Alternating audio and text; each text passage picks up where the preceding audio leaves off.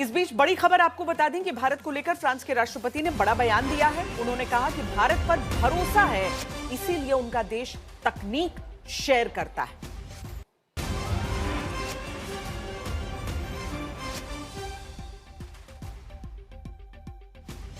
मुझे विशेष खुशी है कि आज हम मिलकर अपने संबंधों के एक नए अध्याय का शुभारंभ कर रहे हैं। फाइनली नरेंद्र मोदी ने कर दिया।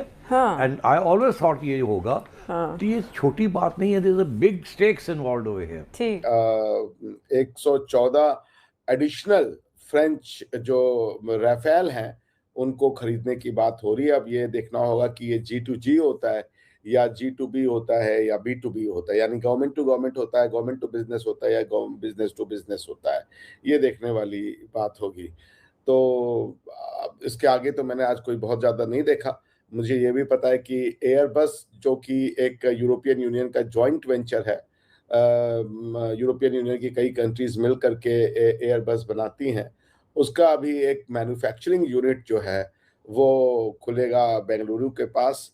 और जो एयरबस की H125 हेलीकॉप्टर है उसका मैन्युफैक्चरिंग भारतवर्ष में शुरू किया जाएगा। 3.25 3.25 ट्रिलियन इंडियन रुपीस, यानी कि अगर इसको मैं पाकिस्तानी करेंसी के हिसाब से भी करूं, अगर डबल यह है तो आपको पता है ये तकरीबन 6-7 ट्रिलियन पाकिस्तानी रुपीस बनते हैं। हाफ ऑफ पाकिस्तान बजट मेरा ख्याल है they are into this game. तो अब आप अंदाज़ा लगा लें कि सिर्फ इतने के तो ये मेरा ख्याल है ये वो खरीद रहे हैं। राफेल सौदा भारतीय इतिहास का सबसे महंगा हथियारों का सौदा है।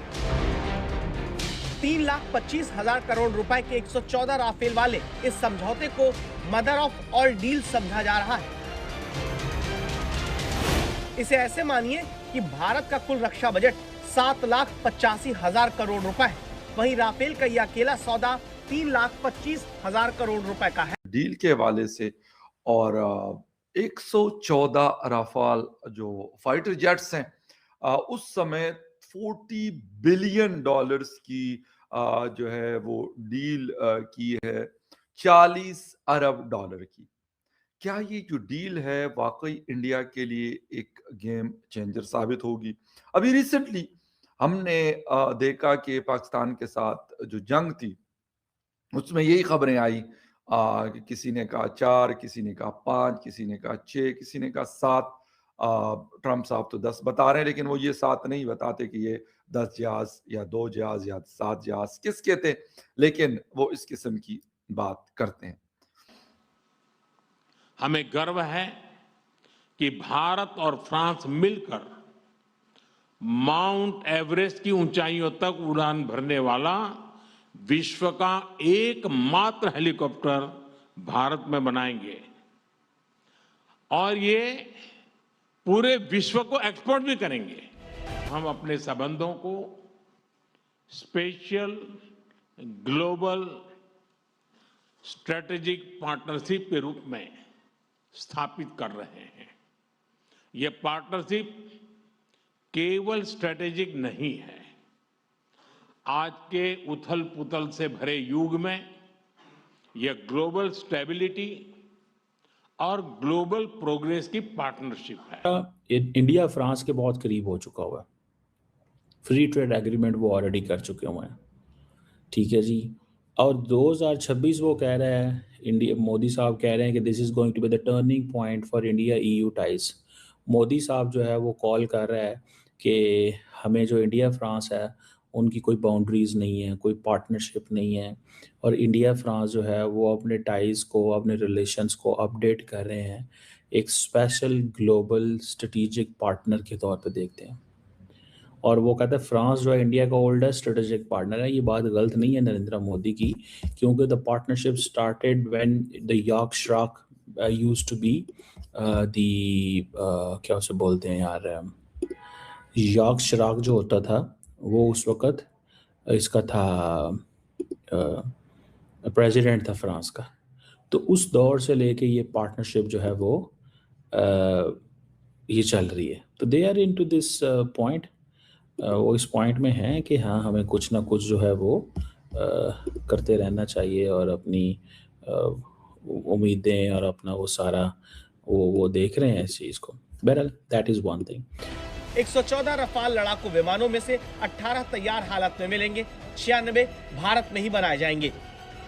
सबसे बड़ी बात, भारत में बनने वाले 96 लड़ाकू विमानों में 50 से 60% हिस्से स्वदेशी होंगे।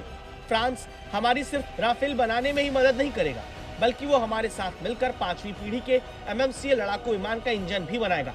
सबसे बड़ी बात है कि HAL और फ्रांस की कंपनियां मिलकर इस पर काम करेंगे, जो भारत को नई तकनीक सिखाएंगे, जिससे भारत अपने लड़ाकू विमानों और हेलीकॉप्टर के लिए इंजन बनाने में आत्मनिर्भर बनेगा, क्योंकि अब तक ज्यादातर इंजन विदेश से मंगाए जाते रहे। अब अगर हम ये बात करें कि कहा गया कि शायद इंडिया ये जहाज ना ले, लेकिन उन्होंने ये लिया। इस पे थोड़ी सी नजर दौड़ाएंगे कि इसका पाकिस्तान के ऊपर क्या इम्पैक्ट हो सकता है, और ये शायद इसमें वो जहाज भी शामिल हैं जो आपके जो जिसे कहते हैं कि फाइटर जेट जहां पे उड़ते और उतरते हैं, शिप कैरियर, ये वहां पर गालिबन ये उसकी एक शेप है या उसकी एक शक्ल है।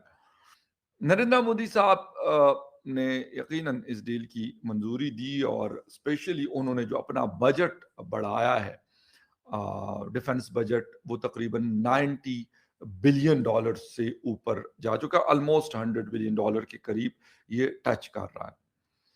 अच्छा, इंडिया ने 40 अरब डॉलर यानी 36 ट्रिलियन इंडियन रुपए की जो दिफाई साजो सामान है यानी डिफेंस इक्विपमेंट है, उसकी खरीदारी की इब्तिदाई मंजूरी दे दी है, जिसमें इंडियन एयरफोर्स के लिए मजीद फ्रेंच राफाल जो फाइटर जेट्स हैं वो शामिल हैं। रॉयटर्स के मुताबिक इंडियन डिफेंस मिनिस्ट्री ने कहा कि डिफेंस एक्विजिशन काउंसिल ने फिजाइया के लिए मजीद राफाल लड़ाका तैयारे और मिसाइल, फौज के लिए एंटी टैंक मिसाइल और बहरिया यानी नेवी के लिए P-81 जो जासूस तैयारों के लिए इब्तिदाई मंजूरी तुम्हारे दी है। साथ हूँ, मतलब इस तरह की चीज़ें जो है उन्होंने काफ़ी लंबी चौड़ी वहाँ पे की हैं। अब सवाल ये पैदा होता है कि मैक्रोन ने भी जो स्पीच की है, उस स्पीच में भी आप देखें कि उसका ये कहना है कि हम इंडिया के साथ काम कर रहे हैं, India middle east economic corridor में, स्टार्टअप्स में, राफेल फाइटर्स में, फाइटर जेट्स में, सबमरीन्स में, हेलीकॉप्टर असेंबली लाइन में। तो लार्जली आप देखें this is technology and defence, जिसके ऊपर इंडिया एंड फ्रांस के पार्टनरशिप है। और अब जारी बात है वो मैक्रोन कह रहा है फ्री ट्रेड की बात कर रहे हैं, तो free trade is there, but basically तो वो अमेरिकन को कह रहे हैं कि ये जो आप हमारे ऊपर लगा रहे हो ना, टैरिफ लगा रहे हो, this is not what we encourage, we do not encourage tariffs. हम टैरिफ्स को इनकरेज नहीं करते, हम टैरिफ्स को इनकरेज बिल्कुल नहीं करते, और ना ही हम चाहते हैं कि टैरिफ्स जो हैं वो लगें।